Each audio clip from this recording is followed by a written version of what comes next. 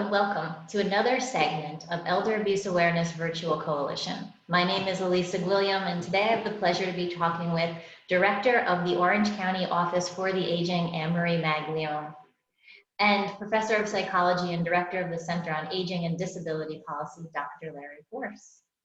And we're joined here today on National Elder Abuse Awareness Day. And Anne-Marie, do you want to tell us some more about that?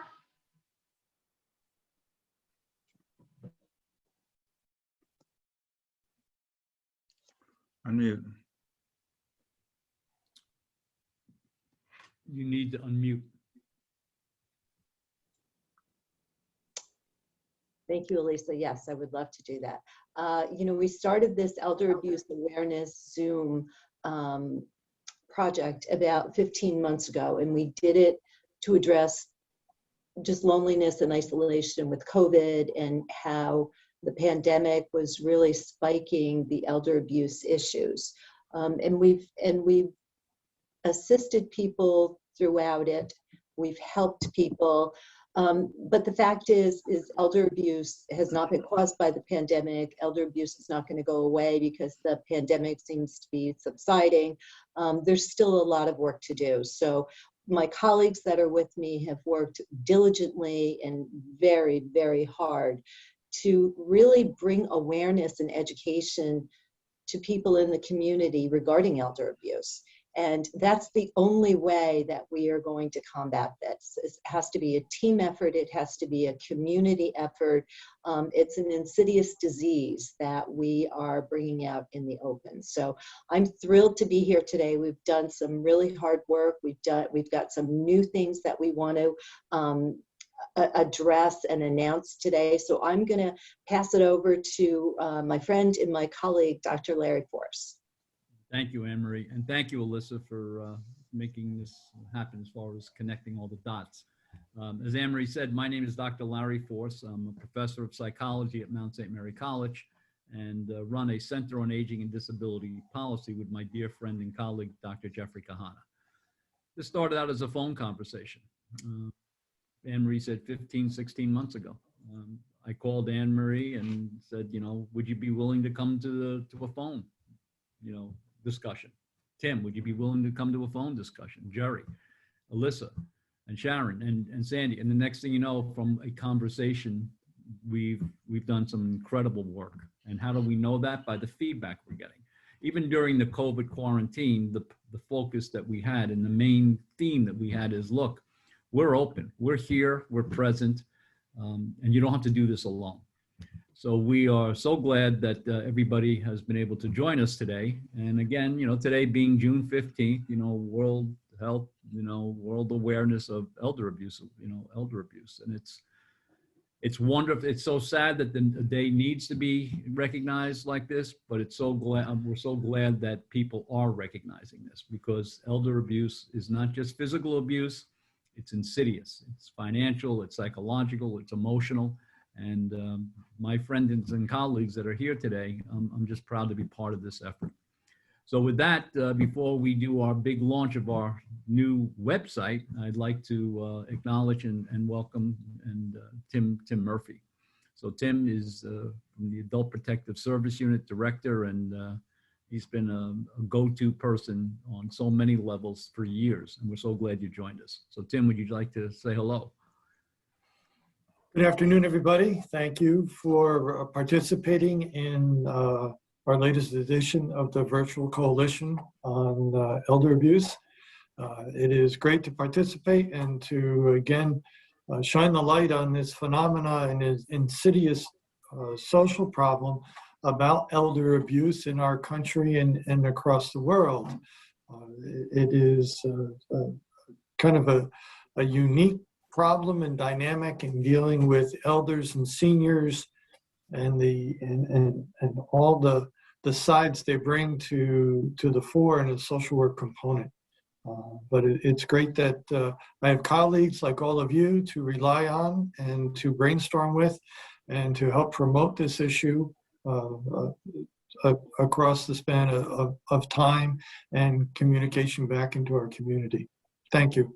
Thank you. Dr. Jerry Abatiello, dear friend, colleague, founder of Center for Life's Journey, gerontologist, and the most important title for me is dear friend.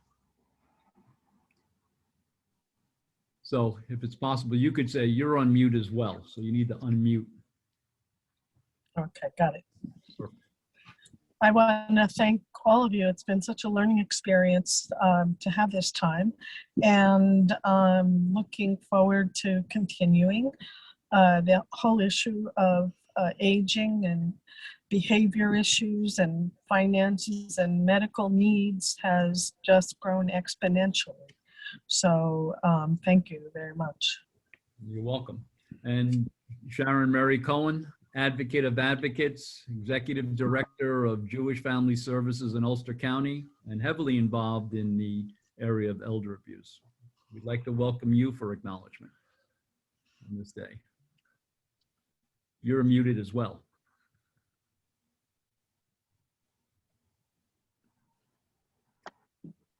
Thank you very much. It's a pleasure to be here with such dedicated and knowledgeable people. It's a pleasure to work with you. Elder abuse is a societal problem, and it is tied to a number of factors. One of them is aging.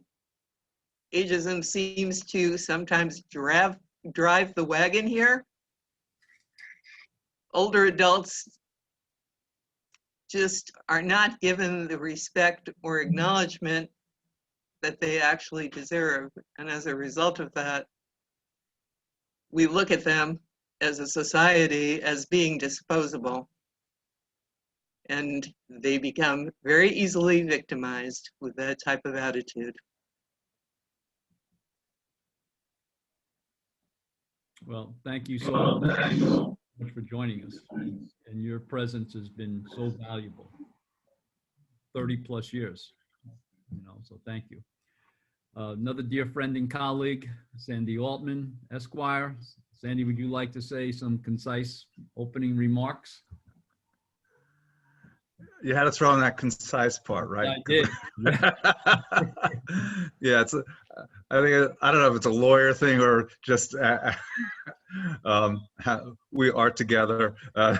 We always have those little things going on. But yeah, I'm elder law attorney, and it's also been sort of eye-opening time because it's been so difficult for seniors on the one hand, and on the other hand, we've seen so many people get together to help others. It's like been bringing a lot of people together on the other side, and I'm sure we've all seen that.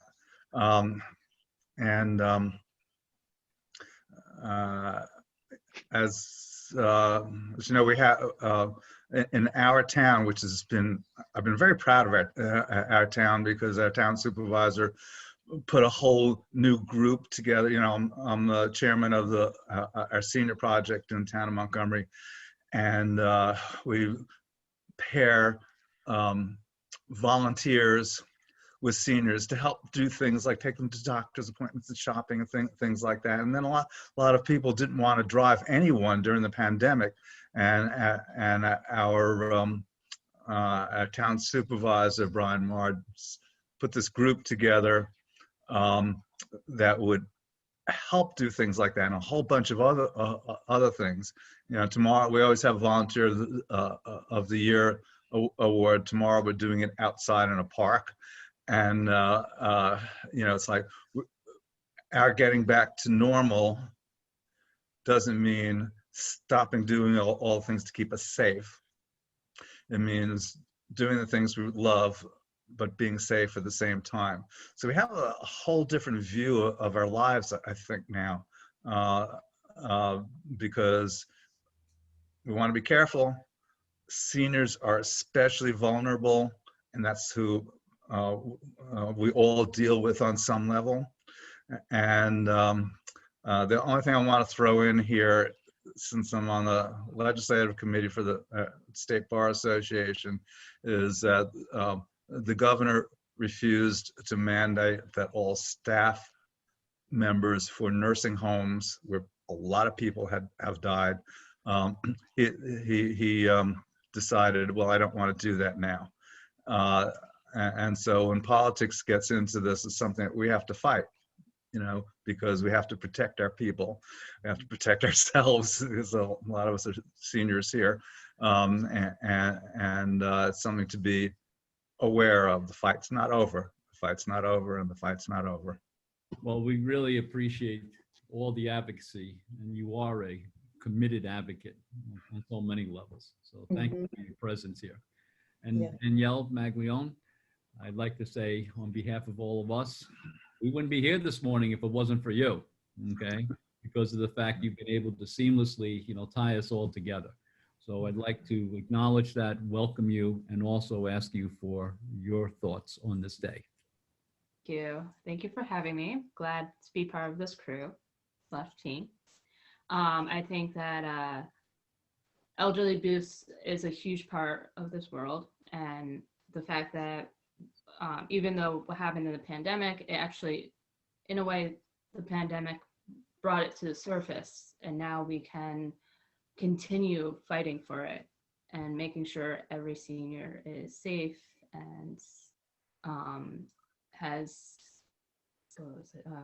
who's safe and just protected. Absolutely. And I think that's the key. I mean, the fact of safety, Sandy talked about vulnerable populations. Anne Marie, Tim, they're out there on the front lines. Although we were quarantined, you weren't. Your staff was still involved.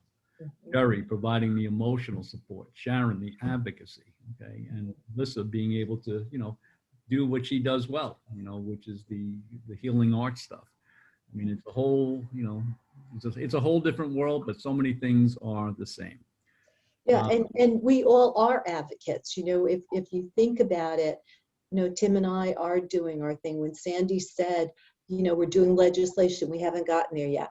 It's not going to happen overnight, and we know that, but we're not giving up, and we're going to keep on doing it. We're going to be like that gum on a shoe until they finally say, okay, we're doing it.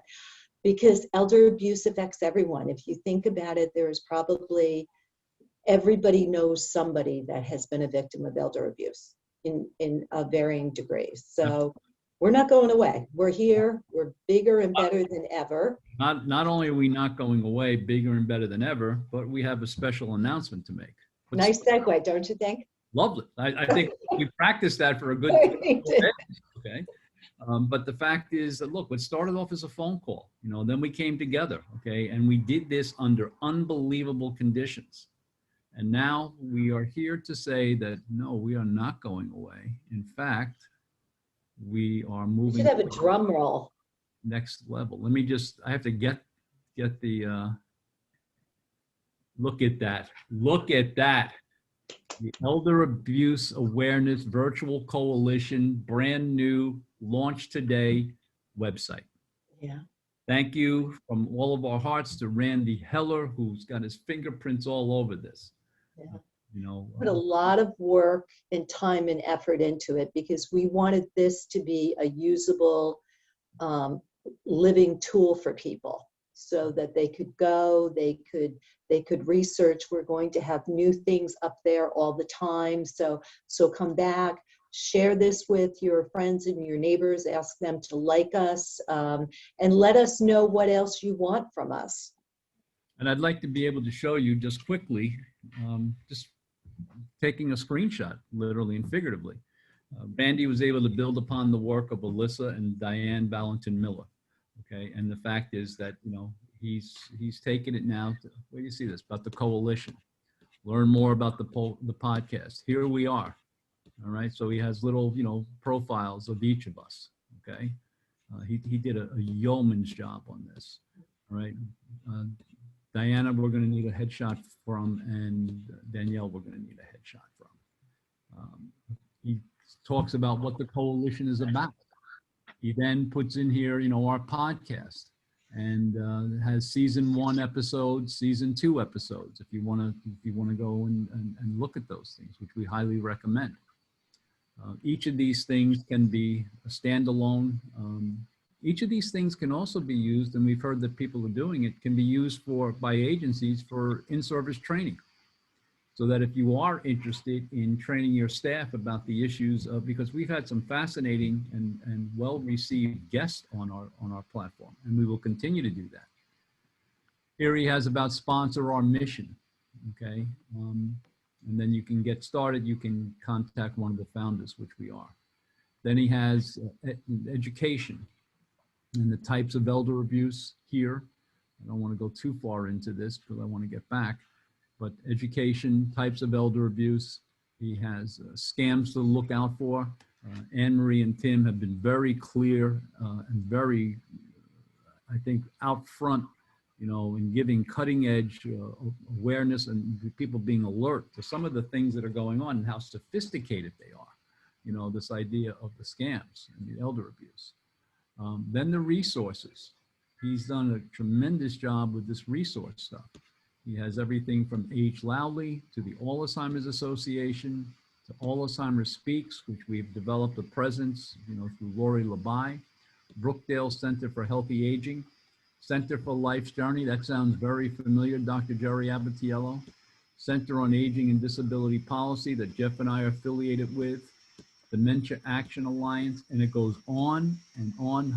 Alyssa's Hudson Valley Healing Center, Jewish Family Services for Sharon. And it goes on and on and on. New York State Office for Aging, Office of Children and Family Services, New York Connects, Adult Protective Services from Orange County, Crisis Call Center, Orange County Department of Social Services, Orange County Executive, Orange County Health Department, and the Orange County Office for Aging.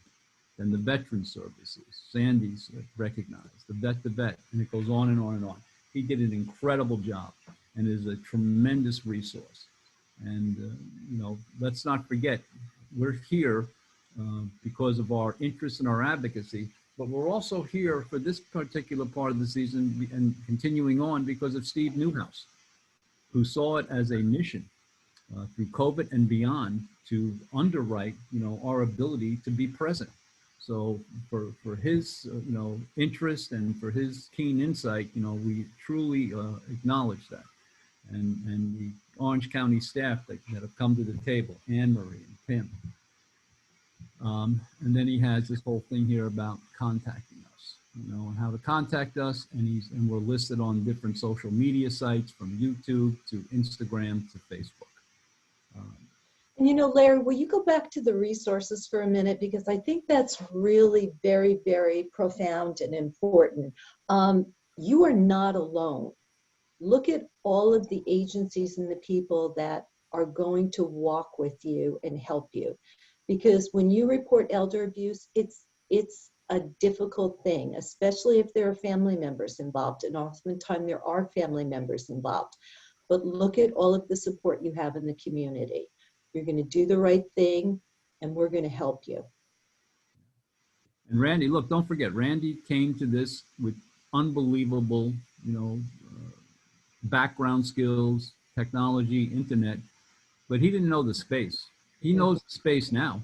Mm-hmm. Right? He's done an incredible job of being able to assimilate, what our voice collectively has been.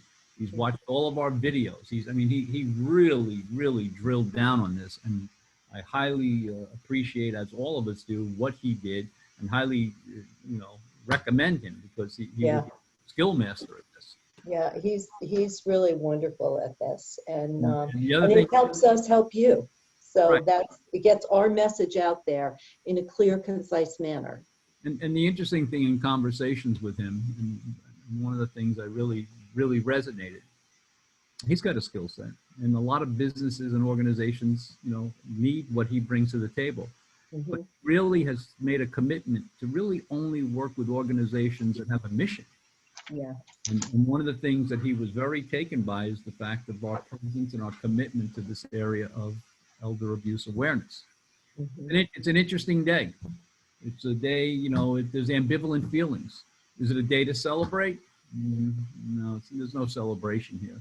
It's unfortunate that we have to have a day like this, but it's so beneficial that we have a day like this because in light of what the concerns are. So our intent today was to welcome everybody back. It was great to see everybody. Our intent today was to provide some type of overview, but our main intent today was to really showcase our new website, Elder Abuse Awareness Virtual Coalition, something we can be very, very proud of. But it's a living document. So as we continue to meet, as we continue to go through this, things that we'll get Randy to the table for discussion, best ways to funnel things to him, so because he's going to, keep this thing, streamlined and cleaned and up to date. Mhm, mhm. So with that, any summary comments before we? I would like to say, stay Could I- tuned because we are starting season 3. We have some phenomenal guests lined up, and I think it's going to be very helpful and beneficial. And again, this is an education tool. It's an advocacy tool, and together we are committed to not have to celebrate Elder Abuse Awareness Day anymore. If I could just share something. Something happened this past weekend. I think Sharon was talking about stereotypes. Was Sharon mentioned that? Yeah. And I always see part of the driving force behind elder abuse is the way seniors are stereotyped. They're stereotyped as vulnerable, as often wealthier than most because they've been working all their lives, basically as targets. Okay. And Larry and I have our podcast, Age Loudly, Empowering Seniors, and he's been such a great advocate for that for years. And so this is what happened this weekend. One of the things I've really missed during the pandemic is live music, and probably a lot of us have who like that. And so I was in, and also vacations. I had a vacation, 3 days. My brother-in-law gave me a free timeshare that he couldn't use in Las Vegas. So, okay, but on a plane and all this, I said, the heck with that, I'm doing it. Went with a friend of mine, you go to a place and they have someone who can tell you, oh, try this and try this, and I said, we want to hear live music. We want to be able to dance because both of us love dancing, okay? A lot of seniors think they can't dance anymore, but my thing is like, you're never too old to rock and roll. So we went out, we found this place. It was a long walk in 110-degree heat. He's like, we're doing this. And it was an outdoor thing. And we went to this thing. It was a great band, and a lot of people there. Many wearing masks and stuff, but it's outdoors. And some people were dancing, and my friend and I got up to dance. She's a fantastic dancer. I'm okay, but she's really good at following a lead. That's why we look good. And we danced. This great music. Oh, it was so good. When the band took a break, people came up to us and said things like, God, I hope I can do that when I'm your age. And someone and one wanted to take a picture with us, and one, I think they videotaped us. I don't know, it was weird. And someone came up and said, this woman came up, she was with a group and said, my friends, you touched our heart because you seem so happy together. This is like we single-handedly broke the stereotype for these people just by dancing. Can I say this to you? But That's it, yeah. That's right, but that's who you have been on so many levels. And I think that is a wonderful way for us to segue to a close here, because that's the theme. It's a positive theme. We've been to, I was talking with Randy about, the presence that we want to create. What's different? What's the unique fingerprint for us? There are elder abuse, coalitions out there. but ours is our attitude. You know, we've all been in conferences. We've all done a wonderful job in presenting in conferences, from the legal perspective, the social work perspective, the clinical perspective, the policy program perspective, the adult protective services, the chief of police. And one of the things that, the ones that I've been involved in, one of the things, the theme that I've tried to present out there is, you really want to stop elder abuse? Teach people to fight back. And I'm not talking about, and Sharon loves that stuff. I mean, she's an advocate, Jerry. I mean, and it's not physically fight back, it's attitude. No. How dare you even think about that? So, you know, Sandy's statement about, you know, breaking the stereotype, what a great way for us to bring closure to this. So with that, that's who we are. So you'll see us again relatively soon. And at this point, what I'd like to do is I'd like to turn it back to Alyssa. And thank you all. And thank everybody for coming today. And remember what Anne-Marie said, you're not alone. And the number for New York Connect is 845-615-3710. And someone is there for you all the time if you need assistance. Right, Anne-Marie? Yes, yes. And thank you guys for joining us today. And thank you for joining us. You've been listening to another episode of Elder Abuse Awareness Virtual Coalition. And if you'd like to re-watch this episode, share it with a friend, or leave a comment, log on to our website, www.elderabuseawarenessvirtualcoalition.com. Thanks again.